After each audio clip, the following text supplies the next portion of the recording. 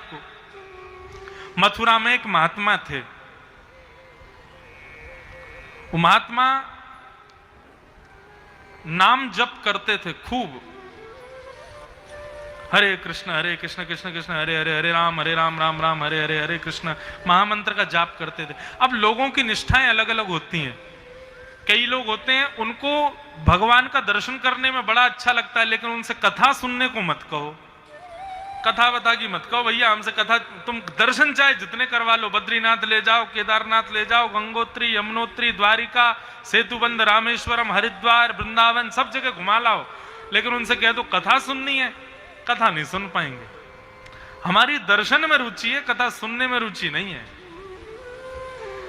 कई लोग होते हैं उनको कथा सुनने में बड़ी रुचि होती है, लेकिन दर्शन में ज्यादा खास रुचि नहीं होती। कई लोग होते हैं उनकी ना तो कथा सुनने में रुचि है, ना उनकी दर्शन में रुचि, उनकी केवल प्रसाद में रुचि है। कथा कपूरी हो, प्रसाद मिले भंडारो। कई लोग ऐसे हैं 7 दिन तक देखना कथा में दिखेंगे नहीं, भंडारे वाले दिन आ जाएंगे। उनसे कहो कथा सुनी थी, बोले हाँ भंडारा पाया था। तो किसी की रुचि दर्शन में, किसी की रुचि कथा सुनने में, किसी की रुचि भंडारे में। और हमारे ग्रामीण क्षेत्रों में आप लोग मानोगे इस बात को, कई लोगों की दर्शन में रुचि नहीं, भंडारे में रुचि नहीं, कथा में भी रुचि नहीं, लेकिन उनको परिक्रमा में बड़ी रुचि। गोवर्धन आप जाओगे, ग्रामीण क्षेत्र के बालक दौड़ दौड़ के 21 किलोमीटर की परिक्रमा लगाते हैं। और वो बात अलग है कि उसके बाद कुछ भी खाएं पिएं, लेकिन परिक्रमा लगाएंगे। हमने दंडवती लगाई गोवर्धन की, 15 दिन लगे, और 15 दिन यदि वैसे देखो तो 6 महीना लगे। 10 दिन एक बार लगा दी, फिर 6 महीना बाद 5 दिन और लगाई, तब 15 दिन में हुई। लेकिन ग्रामीण क्षेत्र के हमारे भाई लोग तंदुरुस्त बढ़िया हिष्ट पुष्ट होते हैं। 10-15 दिन तो बहुत बड़ी बात है, 3-4 दिन में ही लगा के आ जाते हैं। कई लोगों की परिक्रमा में रुचि होती है, बाकी और किसी में रुचि नहीं है।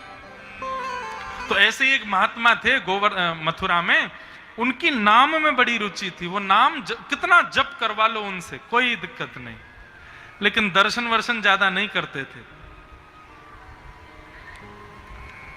लेकिन उन महात्मा का नियम था 24 घंटे में से कम 18 घंटे तो भजन करते थे और 2 घंटा सोते थे। बचे हुए थोड़े बहुत समय में घर घर जाते, वहां से सूखी सामग्री लेके आते, आटा, दाल, चावल, और जो मिल जाता उसी को पका के जल्दी से पा लेते, फिर भजन करने बैठ जाते। एक बात और कहें, ज्यादा पकवान खाने वाला व्यक्ति भजनानंदी नहीं हो सकता। बहुत वैरायटी के भोजन करता हो, बहुत तरह तरह के चाट मसाले और महाराज चटनी तीखे वस्तुएं खाता हो, ऐसा व्यक्ति भजनानंदी नहीं हो सकता। और पाएगा भी ना तो ऐसे लोगों का एक और स्वभाव बताऊं, जिनकी जीभ बड़ी चटोरी होती है, ऐसे लोग वस्तु भी लाएंगे तो भोग के बहाने लाते हैं। भगवान का भोग लगाना, भोग लगा के खुद ही पा जाते हैं। लेकिन ये बात नियमित रूप से सही है कि ज्यादा पकवान खाने वाला व्यक्ति, उसका मन विचलित ही रहता है, ठाकुर जी में ज्यादा लगता नहीं। तो अधिकतर साधु महात्मा जो होते हैं वो स्वाद पर ज्यादा ध्यान नहीं देते। हमारे पूज्य पिताजी महाराज के गुरुदेव, और दही मंगा करके सब्जी में डाल देते थे, दाल में डाल देते थे, और रोटी ज्यादा कुरकुरी कड़क बना देते थे तो रोटी में पानी डाल देते थे। क्यों? उसका स्वाद बिगाड़ के फिर पाते थे। उनसे किसी ने कहा, गुरुजी आप ऐसा क्यों करते हो? तो बोले, ज्यादा अच्छा भोजन करेंगे तो जीव को आदत लग जाएगी, इसलिए जीव को आदी मत बनाओ, जीव को जैसा मिल जाए वैसा पाओ। और ज्यादा स्वादिष्ट मिले ना तो प्रयास करो, उसको थोड़ा भ्रंश करो, उसको थोड़ा सा बिगाड़ो, फिर पाओ। नहीं तो ये जीव बड़ी खतरनाक है महाराज, अच्छा खिलाओगे तो अच्छे की इसको आदत लग जाएगी। तो वो महात्मा जो थे वो सूखा सामान लाते और बिल्कुल ऐसा बनाते कि बस पेट भर जाए, भजन के लिए पाते थे, रहते थे। लेकिन हमारे ठाकुर जी हैं, ये प्रेम के पिपासु हैं, प्रेम प्रेम इनको बड़ा प्रिय है। आपको सत्य बताएं, आपके द्वारा प्रदान की गई मोंगरा की माला, कमल की माला, पुष्प की अनेक अनेक मालाएं, 56 भोग ठाकुर जी स्वीकार नहीं करते होंगे, लेकिन कोई प्रेमी व्यक्ति यदि साधारण सी भावना भी प्रस्तुत करता है तो ठाकुर जी स्वीकार करते हैं। प्रेम होना चाहिए बस। लोग कहते हैं भोग में तुलसी होना ही बहुत जरूरी है, हम कहते हैं भोग में प्रेम होना बहुत जरूरी है। लोग कहते हैं ठाकुर जी को अर्पण करने वाली वस्तु में पवित्रता बहुत जरूरी है, हम कहते हैं कि ठाकुर जी को अर्पण करने वाली वस्तु में प्रेम बहुत जरूरी है। पवित्र ना भी हो चलेगा। अब महात्मा भजन करते थे, सेवा एवा कुछ करते नहीं थे, दर्शन वर्शन जाते नहीं थे ज्यादा। तो एक बार जिस घर में वो सूखी सामग्री लेने जाते थे, आटा दाल चावल, उस घर में एक ठाकुर जी की सेवा होती थी। जो माता जी उनकी सेवा करती थी, उन माता जी के स्वप्न में ठाकुर जी आए, रोने लग गए। माता जी ने कहा, अरे ठाकुर जी रो क्यों रहे हो, हमने सेवा में कोई विघ्न, हमारी सेवा में कोई अपराध? ठाकुर जी बोले, नहीं आपकी सेवा बहुत बढ़िया है, लेकिन अब मुझे आपसे नहीं, वो जो बाबा आपके यहाँ रोज आते हैं ना आटा दाल चावल लेने, उनसे सेवा करवानी है अपनी। मैया बोली, वो बाबा तो फक्कड़ महात्मा है, छोटी सी कुटिया में रहते हैं, उनके यहाँ ज्यादा व्यवस्था नहीं है, और मैं तो आपकी सेवा करती हूं, मैं तो जानती हूं दिन में 4 बार आपको भोग लगाना पड़ता है, आपकी इतनी व्यवस्था करनी पड़ती है, वो बाबा कैसे करेंगे? ठाकुर जी बोले, कैसे भी करें, चाहे जो करें, लेकिन वो बाबा प्रेमी बड़े हैं, हमको उन्हीं के पास जाना है। मां बेचारी बहुत रोई, लेकिन ठाकुर जी की इच्छा है तो क्या कर सकती है। दूसरे दिन बाबा जैसे ही आए तो मां ने कहा, बाबा रात्रि में ना सपने में ठाकुर जी आए थे, और ठाकुर जी कह रहे थे कि मुझको या बाबा को दे दो, मैं यही से सेवा कराऊंगा। मेरे ठाकुर जी आप ले जाओ, आप ही सेवा करना। महात्मा बोले, मैया क्षमा करना, इस सेवा वेवा से तो हम दूर रहते हैं, हम तो बस नाम जप करते हैं, भगवान का नाम जप करते हैं, सेवा वेवा हमसे होती नहीं है। बोले, नहीं ठाकुर जी कह रहे हैं आपके पास ही रहना है। बाबा बोले, आपके यहाँ 56 भोग बनते हैं, मेरे यहाँ तो रूखी रोटी बनती है, वो भी यमुना जल से बनती है, कैसे पाएंगे तुम्हारे ठाकुर जी? अब बोले, अब जैसे भी पाए, दुखी हो जाएंगे तो दोबारा आ जाएंगे, लेकिन अभी ठाकुर जी की आज्ञा मान के आप इनको ले जाओ। और वो महात्मा ठाकुर जी को ले आए अपने घर। ध्यान से सुनना, कुटिया में रहते थे, छोटी सी उनकी कुटिया, कोई ज्यादा व्यवस्था तो वहां थी नहीं। एक चौकी पर थोड़ा सा गोबर का लेप करके सुखा के वहीं आसन बना के ठाकुर जी को बिठा दिया। और ठाकुर जी से बोले, देखो बाबा, अब बाबा के यहाँ तो साधु सही सेवा होगी, ठाकुर जी स्वीकार करियो। ठाकुर जी विराज के।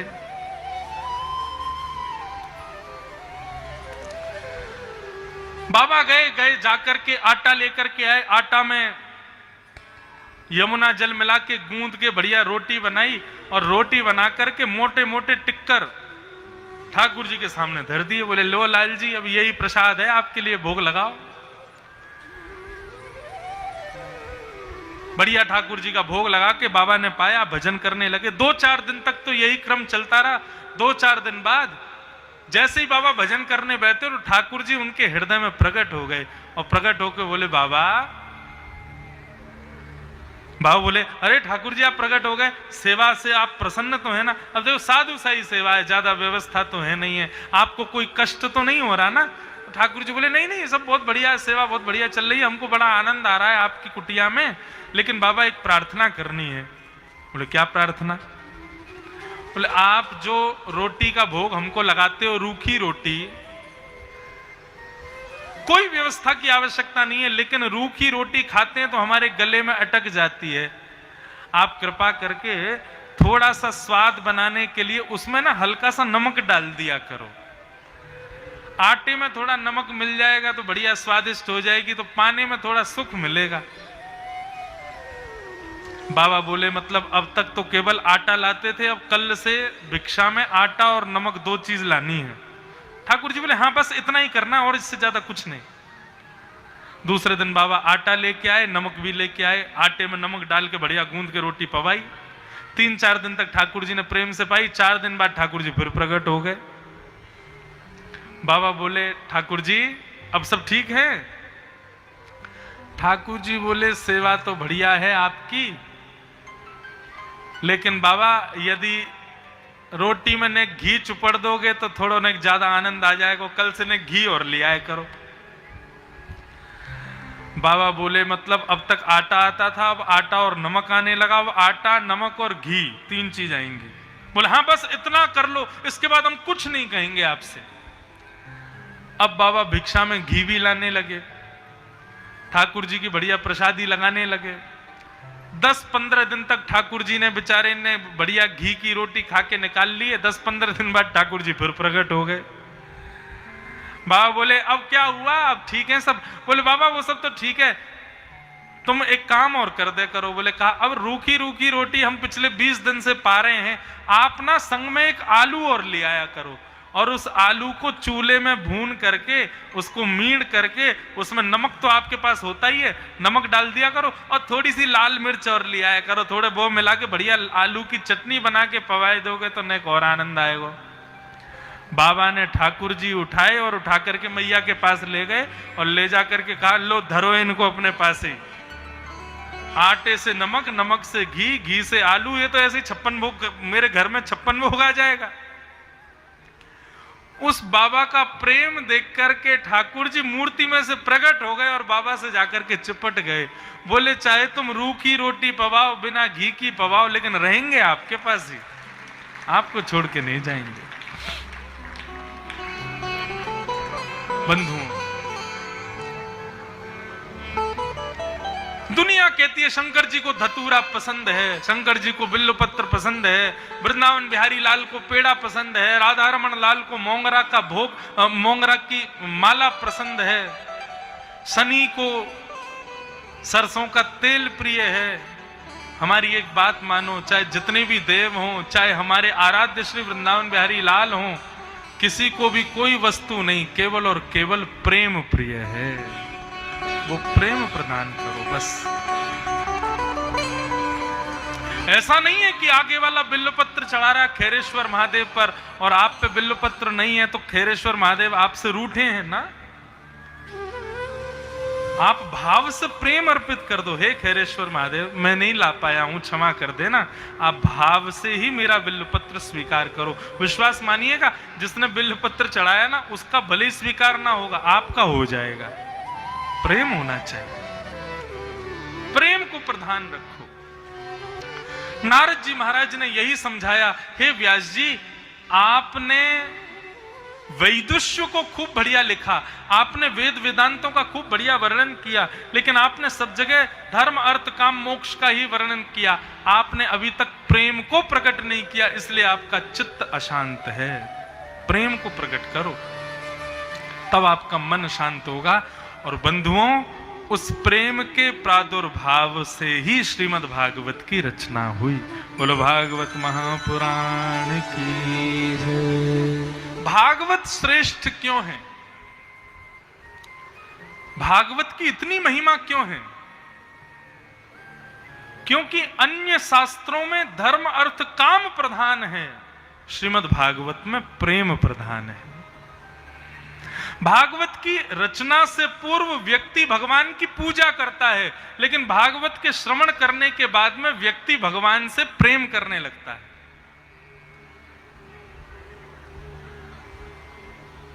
और ये बात आपको बताने की आवश्यकता नहीं, आप सब ब्रजवासी ही हैं। ये हरिगढ़ क्षेत्र, ये सब ब्रज का ही अभिन्न अंग है। यहां के लोग तो सब जानते हैं। दुनिया के लोग मंदिरों में जाकर के हाथ जोड़ के प्रणाम करते हैं और ठाकुर जी को देखने का प्रयास करते हैं, ठाकुर जी के लिए पुष्प लेके जाते हैं, ठाकुर जी के लिए माला लेके जाते हैं। हमारे ब्रज में, वृंदावन में अभी ठाकुर जी फूल बंगला में बैठे हैं और यदि ठेठ ब्रजवासी दर्शन करने जाएगा ना, तो ठेठ ब्रजवासी जाकर के सीधे कहेगा, शाबाश है बंसी वारे, कुत्तो बैठ गो फूल बंगला में, हम यहाँ पे गर्मी में तप रहे हैं, कुत्तो बैठ गो ऊपर झूला पे, हम यहाँ पे जल रहे हैं, पजर रहे हैं। सही है बेटा, देख रहेंगे तो कु वो ठाकुर जी से ऐसी बात करेगा मानो जैसे ठाकुर जी उसके सखा ही हैं। और ये सखत्व प्रेम भाव यही प्रकट कराती है श्रीमद् भागवत की कथा।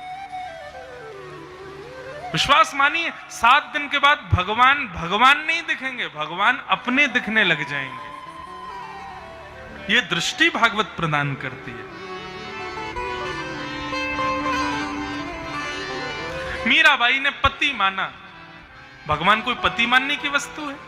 पहले लोग यही सोचते थे, लेकिन मीराबाई के बाद लोगों ने इसको स्वीकार किया कि भाई मीराबाई ने पति माना तो ठाकुर जी हैं पति बनाने योग्य।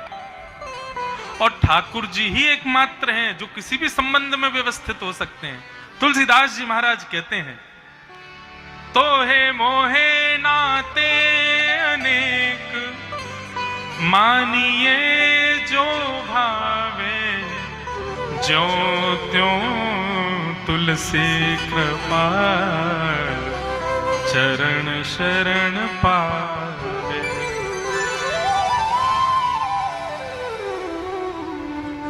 संबंध किसी से तब तक नहीं हो सकता जब तक प्रेम नहीं होगा, नहीं तो भगवान ही दिखते रहेंगे। और एक बात आपको कह दूं, भगवान को भगवान मानने से एक फायदा कम है। क्या? भगवान को भगवान मानने से सदैव भय बना रहता, डर, ये कोई भगवान है।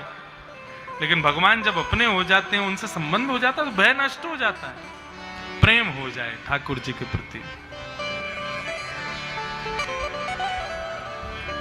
इस प्रकार प्रेम के पुट के द्वारा, प्रेम के भाव के द्वारा श्रीमद् भागवत की रचना हुई। हमारे वृंदावन में एक बहुत बड़े रसिक हुए, उनका एक भाव है। मैं बहुत कम गाता हूं कथा में, लेकिन आज पता नहीं कैसे ये भाव आ रहा है, इतना सुंदर भाव है। प्रेम नगर की डगर है कठिन रे, बटोही न करना बसेरा, पग बढ़ा हो न जाए अंधेरा, पग बढ़ा हो न जाए अंधेरा। प्रेम नगर की डगर है कठिन रे, बटोही न करना बसेरा, पग बढ़ा हो न जाए अंधेरा, पग बढ़ा हो न जाए। कितनी सुंदर पंक्तियां हैं, ध्यान से सुनना। हो मन का रतन रख जतन से अनाड़ी, मन का रतन रख जतन से अनाड़ी। जैसे हम लोगों को भय रहता है कि हमारा सोना ना चोरी हो जाए, हमारे रत्न ना चोरी हो जाए, हमारा धन ना चोरी हो जाए, ये तो बाह्य वस्तु हैं। ऐसे ही हमारे अंदर भी एक रत्न है, हमारा मन रूपी रत्न। और एक बात कहें, इस संसार में उस मन रूपी रत्न को चुराने वाली बहुत सारी वस्तुएं हैं, बहुत सारे चोर हैं। किसी का मन रूपी चोर चुरा लिया है हरिगढ़ की किसी वस्तु ने, किसी के मन रूपी उस रत्न को चुरा लिया है लस्सी ने, किसी के मन रूपी उस रत्न को चुरा लिया रसमलाई ने, किसी के उस मन रूपी रत्न को चुरा लिया एक गिलास की वो क्या बोलते चमचम ने। हम सबके मन को चोरी कर रखा है इन संसार की वस्तुओं ने, इनसे बचाओ अपने मन को। मन का रतन रख जतन से अनाड़ी, मन का रतन रख जतन से अनाड़ी।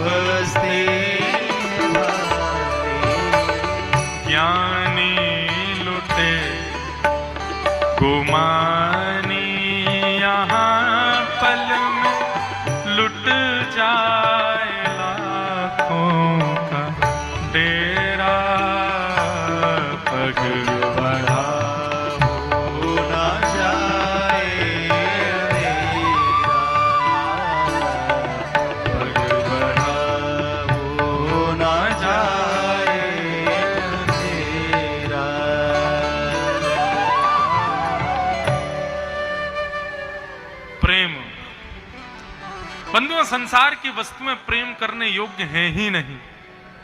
चाहे संसार का कोई संबंधी हो, संसार की कोई वस्तु हो, संसार के कोई व्यंजन हो, ये प्रेम के अधिकारी है ही नहीं। प्रेम के अधिकारी तो केवल और केवल श्री वृंदावन बिहारी लाल हैं।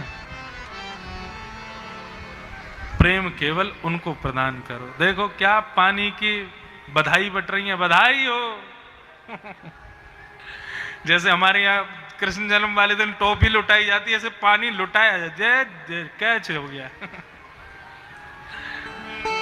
हरिगढ़ क्षेत्र में हर बार एक कुछ अद्भुतता देखने को मिलती है। कृष्ण जन्म चौथे दिन होगा, यहाँ पे पानी के छोटे छोटे ये पाउच और दे देना, यहीं से लुटाएंगे हम। कोई बात नहीं, गर्मी लग रही है, आप लोग पानी पी के, भोजन करके, चाय पी के कैसे भी बैठो, लेकिन कथा सुनो, खूब प्रेम से सुनो। वैसे एक बात बताएं, घर में अगर बोतल हो तो कल से पानी बोतल भर लाओ, यही बैठे बैठे पियो, उनको भी क्यों श्रमित करवाओ। लेकिन ठीक है, आप लोग अब विचलित मत हो, खूब खूब लुटाओ बहन, पिलाओ खूब जल। तो हम निवेदन क्या कर रहे थे, अब बस थोड़ी देर और, हमसे कल यहाँ के प्रशासन के लोग भी बोले, 2-4 लोगों का और, एक पुलिस इंस्पेक्टर भी बोले, महाराज जी कथा 6 ज्यादा अंधेरे तक मत करो, क्योंकि लोगों को दूर दूर से आते हैं, सबको जाना है। हम 6:30 तक कथा विराम कर देंगे। तो प्रेम के भाव से श्रीमद् भागवत की रचना हुई, और भागवत की रचना जैसे हुई, श्री वेदव्यास जी का हृदय परम शांत हो गया, संतुष्ट हो गया। अब वेदव्यास जी को लिखा, हां अब मैंने कुछ लिखा है। भागवत श्रवण करने के बाद में आपकी पूजा अच्छी हो जाएगी, आपके नियम अच्छे हो जाएंगे, आपके विधि विधान अच्छे हो जाएंगे, आपका अनुष्ठान अच्छा हो जाएगा। ये सब नहीं होगा। श्रीमद् भागवत श्रवण के बाद बस कृष्ण से प्रेम हो जाएगा, और यदि प्रेम हो जाए तो समझ लो कथा सुनी है, प्रेम ना हो बाकी सब हो जाए तो समझना अभी भागवत नहीं सुनी हमने। भागवत तो केवल प्रेम प्रदान करती है, प्रेम प्रदत्त करती है श्रीमद् भागवत की कथा।